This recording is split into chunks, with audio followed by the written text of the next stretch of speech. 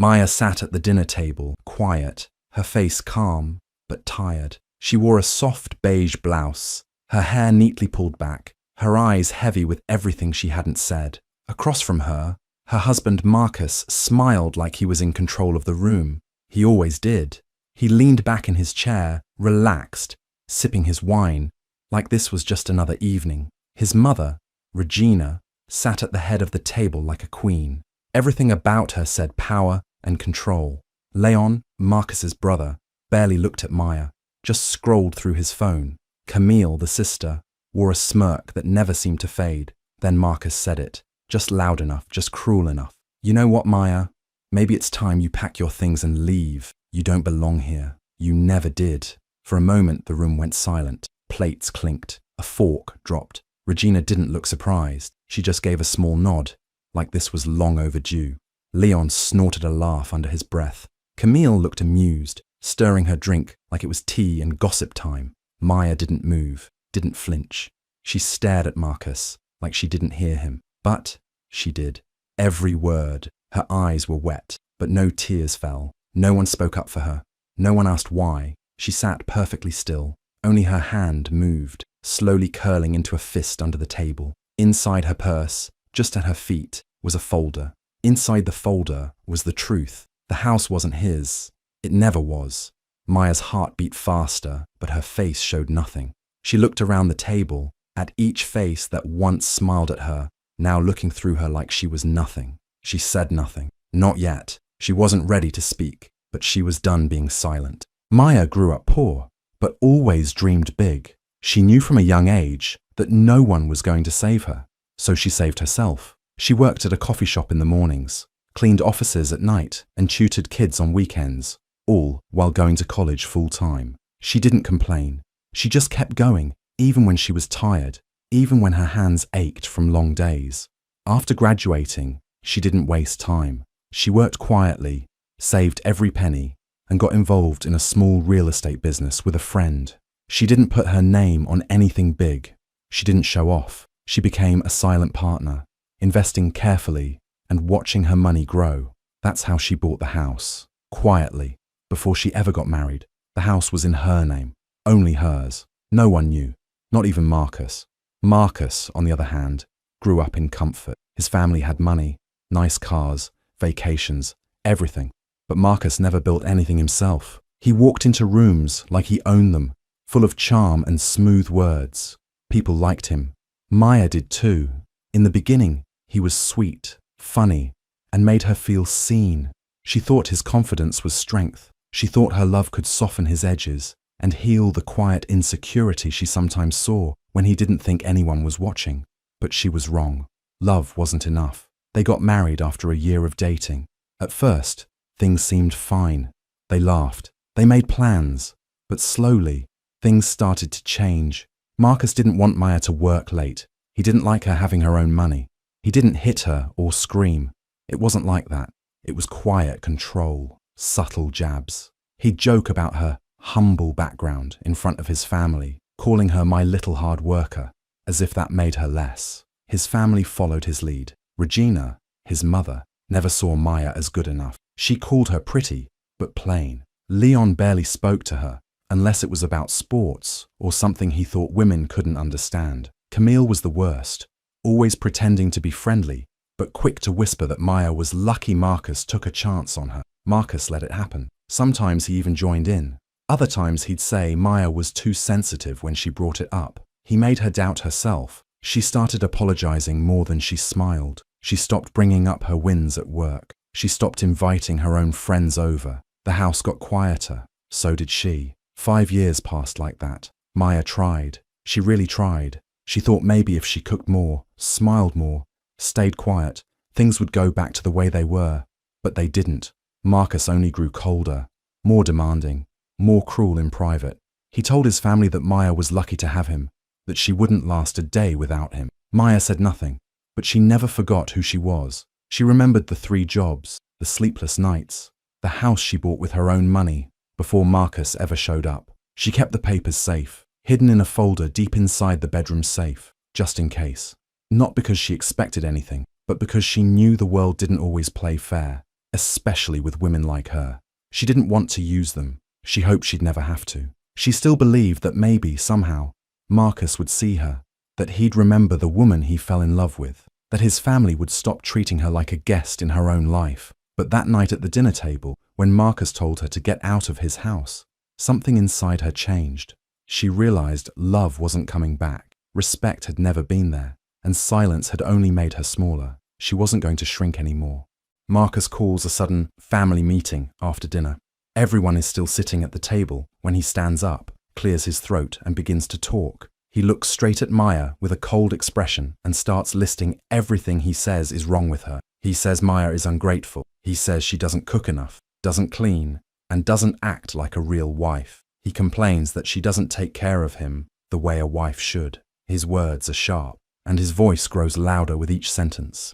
Then, without any proof, he accuses her of cheating. It's a complete lie, but he says it like it's true. Maya stays quiet. Her face doesn't show much, but inside, her heart is beating fast. Regina, his mother, doesn't look shocked. Instead, she gives a small, satisfied nod. Leon lets out a short laugh and leans back in his chair. Camille glances at Maya with a smirk, then looks away like she's bored. Marcus continues talking like he's on stage. He ends his little speech with a final sentence that cuts deep. You need to leave tonight. Right now. This is my house, and you're not welcome here anymore. No one defends Maya. No one says, that's not fair. They just sit there and wait to see what she'll do next. She doesn't cry. She doesn't shout. She just slowly stands up. Her hands are trembling slightly, but her face is calm. She doesn't even look at anyone. Without a word, she walks out of the dining room. Marcus watches her go, thinking she's finally doing what he wants, packing her bags and leaving. But upstairs, Maya isn't packing. She walks into the bedroom and goes straight to the safe in the closet. Her fingers are steady now. She types in the code, opens the door, and takes out a folder she placed there months ago. She always hoped she wouldn't have to use it, but tonight, she's glad she was prepared. Inside the folder are 3 things: the deed to the house, showing her as the only owner, the mortgage documents, proving she paid for it herself, and a letter from her lawyer, written just in case things ever went this far. Maya holds the folder tightly as she walks back down the stairs. Her steps are calm, her face is serious, but her eyes are burning with something new. Not fear, not sadness, but quiet power. She walks into the dining room. The room falls silent as everyone looks up. No one is laughing now. She walks over to the table and places the folder right in front of Marcus. He looks confused. She looks straight at him and says, in a low, steady voice, "Get out." No yelling, no begging, just 2 words. Everyone stares at her. Marcus doesn't move. He opens the folder slowly, reads the first page, and his face starts to change. For the first time, he looks unsure. Maya doesn't say another word. She's done explaining. Accuses her of betrayal. That's the first thing Marcus says after reading the deed. His voice rises with anger. You planned this the whole time. You tricked me. This is a setup. His hands shake as he points at the papers. His face turns red. The charm is gone. Now it's just rage. Regina slams her hand on the table. So what? You bought the house. You think that makes you better than this family? Camille crosses her arms, rolling her eyes. You were always sneaky, always quiet. Now we see why. Leon laughs bitterly. This is why you never belonged. You think money means you're somebody? But Maya doesn't flinch. She stands still, her hands at her sides, her voice calm. The house has always been mine, she says. Before I married Marcus, before I met any of you. They all go quiet for a second. I never said anything, she continued, because I didn't want to embarrass him. I didn't want to make him feel small. I thought it would hurt his pride. Marcus looks like he's been slapped. So you just watched me say this was my house. You were loud, Maya says quietly, and I was tired. Flashbacks flicker in her mind. Nights she slept on her friend's couch because rent was too high. Mornings she skipped breakfast so she could afford textbooks. Evenings she stayed up late doing extra shifts just to save a little more. She remembers working weekends while Marcus went golfing with friends. She remembers smiling through his jokes about her hustler past, laughing like it didn't sting. She remembers holding her breath during his family dinners, pretending their little jabs didn't bother her. She did all of that in silence, and now she was done being silent. Marcus walks toward her, trying to take the folder from her hands. She steps back, calm but firm. Don't, she says. He throws his hands up. Fine. You want to play smart? Take me to court. Without hesitation, Maya opens the folder and pulls out another paper, an official letter. She places it on the table. I already did. He grabs the page. His eyes move quickly over the words. His mouth falls open, but no sound comes out. It's an eviction notice from her lawyer, giving him and his family 30 days to leave the property. Regina stands up, shaking with anger. You're being cruel. At least give Marcus some time. You don't throw out your husband like trash. Maya turns to her. I gave him 5 years. No one speaks. The room is thick with tension, but Maya is steady. You humiliated me in front of your whole family, she says, looking directly at Marcus. You lied about me, accused me of things I never did, all while living in a home I paid for. Leon mutters under his breath. You act like a queen because you've got papers. No, Maya replies. I act like someone who's tired of being used. Camille scoffs. You always thought you were better. I never said I was better, Maya says. But I worked hard. I built my life. I built this home. And I won't let anyone tell me I don't belong here. Marcus is quiet now. His hands are still. He doesn't know what to say. For the first time, he's not in control. Maya doesn't wait for anyone's permission. She starts picking up the dishes from the table and walking them to the sink, like it's just another night. Like this conversation didn't just flip everything upside down. That's when Regina grabs her bag. You'll regret this, she says. Family isn't something you throw away. Maya looks over her shoulder. I didn't throw anyone away. I just stopped waiting to be seen. One by one, the family begins to leave the dining room. But Marcus stays. He sits on the edge of the chair, still staring at the eviction notice. You really planned this, he says again, softer now. You waited for the perfect moment. No, Maya answers. I waited for the last one. She walks out of the room, back to her bedroom. She sits on the edge of her bed, finally letting her shoulders drop. Her hands are cold, her heart pounding, but she knows what she did was right. For the first time in a long time, she didn't choose peace to protect someone else. She chose herself. Marcus refuses to leave. Even after getting the eviction notice, he stays in the guest room like nothing happened. He walks around the house like he still owns it, turning on the TV loud, leaving dishes in the sink, acting like he's in control. Maya says nothing. She doesn't argue. She simply stops caring. She stops cooking for him, stops asking where he's going. She treats him like a ghost, someone who's already gone. She starts focusing on herself. Every morning she wakes up early and leaves the house with her laptop and sketches. She rents a small office in town and opens her own design studio. She's good at what she does. Word spreads. Clients start calling. People in town respect her. They don't see her as Marcus's wife. They see her as Maya.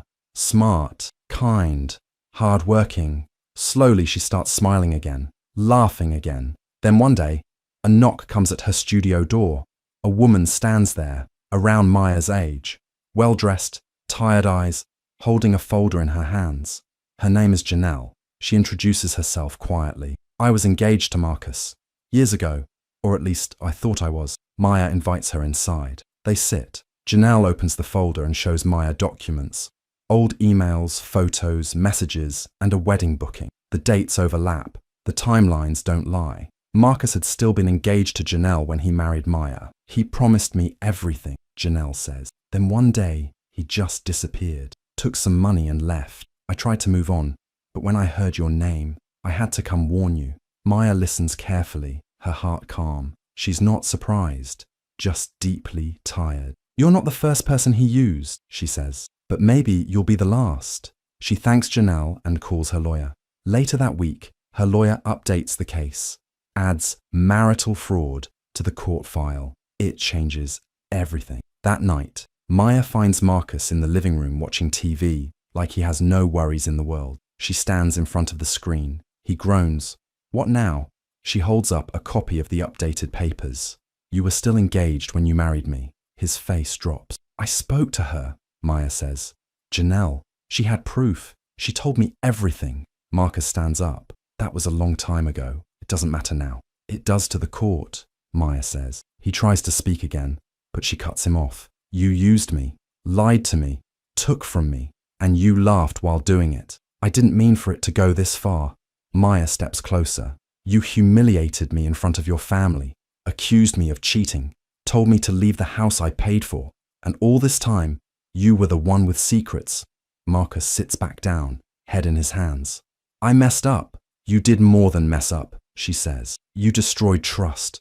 You tried to ruin me. He starts to cry. Quiet at first, then louder. Please, Maya, I didn't know what I was doing. I was scared. I didn't want to lose you. But she doesn't move, doesn't offer comfort. You already lost me, she says. She walks away. His cries echo behind her, but she doesn't stop. This time, she doesn't look back. Maya wins the legal battle. The judge makes it clear. The house belongs to her. Marcus and his family are ordered to leave. The judge scolds Marcus for lying about the house and trying to control his wife through fear and manipulation. Outside the courtroom, cameras flash. People are watching. Marcus tries to walk away, but Regina grabs his arm and slaps him across the face. You embarrassed all of us, she snaps, before storming off. Leon and Camille follow behind her in silence. A few days later, Camille sends Maya a message. She says she's sorry. She says she didn't know everything. Maya reads the message once and deletes it. No reply. Back at home, the silence feels different now. No more cold looks. No more cruel words. Just space to breathe. Maya starts fixing the house. She paints the walls fresh white, replaces the old furniture, and throws away anything that reminds her of Marcus. Clothes, photos, wedding gift, it all goes. She opens the windows wide and lets the sunlight in. She calls someone she hasn't spoken to in years, her father. He's quiet on the phone at first, surprised to hear her voice. He used to drink a lot when she was younger. He missed birthdays, made promises he never kept. But now, he's trying to get better. He's in recovery. Slowly, they talk. Slowly, they begin again. She invites him to stay with her for a while, just until he finds his own place. He agrees. One evening, they sit on the porch together. No words, just quiet company. The sky turns orange and pink as the sun sets. Maya lights a candle beside her. A soft breeze passes through. For the first time in years, she feels peace. Not because everything is perfect, but because she's free. She chose herself, and that made all the difference. I thought loving someone meant shrinking to fit their comfort. I was wrong. Love is not silence. Love is not sacrifice without return. Maya sits on her porch in the warm evening light. Her dog lies next to her, head resting on her feet. She takes a deep breath and looks out at the quiet street. For the first time in a long time, her smile is real, not forced, not hidden. Her phone buzzes on the small table beside her. A message. New client referral. She picks it up, reads the name and smiles wider. She opens a new message and types quickly, "Let's build an empire." Then she hits send. The camera slowly moves across the front of the house. The door is freshly painted, clean and bright. On the wall beside it, a new nameplate hangs neatly. Her name, only hers. No shadows from the past, no voices trying to control her. Just her, standing tall in the space she built with her own hands and strength. Her voice comes in again, soft but clear. This house was never just walls. It was proof that I was always enough. Hey besties, thanks so much for watching till the end. You're the real MVPs. Don't forget to like, drop a comment, and hit that subscribe button for more powerful stories. See you next time. Sparkles waving.